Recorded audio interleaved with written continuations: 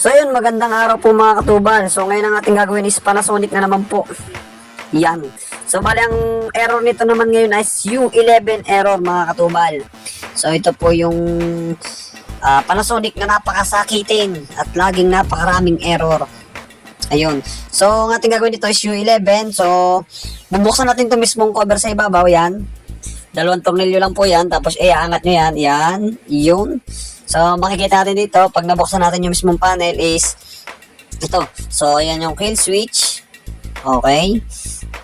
Tapos, yan yung water level niya. Water level, inlet. Tapos, ito yung water level sensor. So, pag mga ganitong issue mga katubal, pag U11, check nyo yung water level sensor niya kung okay pa. So, meron tayong pang-replace dito. So, ito yung ating unang gagawin. So, re-replace natin to. So, ito yung number 1 na cause kung bakit siya nag-error ng U11. So, shoutout muna natin yung mga master technician natin na alam na yung mga ganitong troubleshooting. So, pasensya po mga master technician at na-share natin tong bagay na to.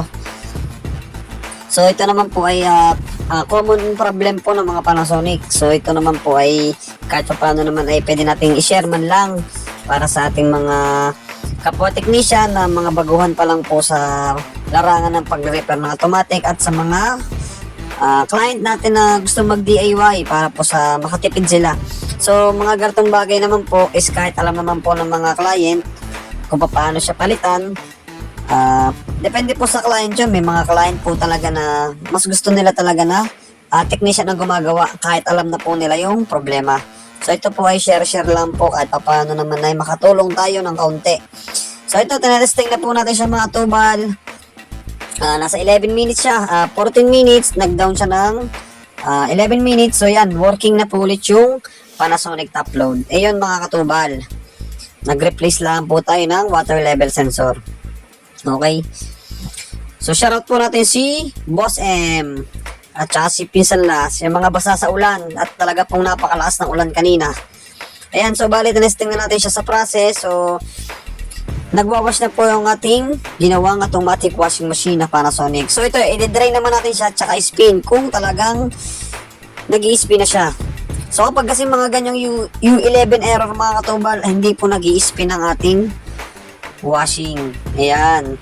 So ayan, nagde-dry na po siya mga katubal. So tetesting na lang po natin yung kanyang spin kung iikot na po siya. So once again mga katubal, shoutout po natin mga master technician. Pasensya na po at nakapag-share tayo ng common problem ng Panasonic. So sana po maintindihan nyo yung mga ganitong simpleng pag-share. Alright.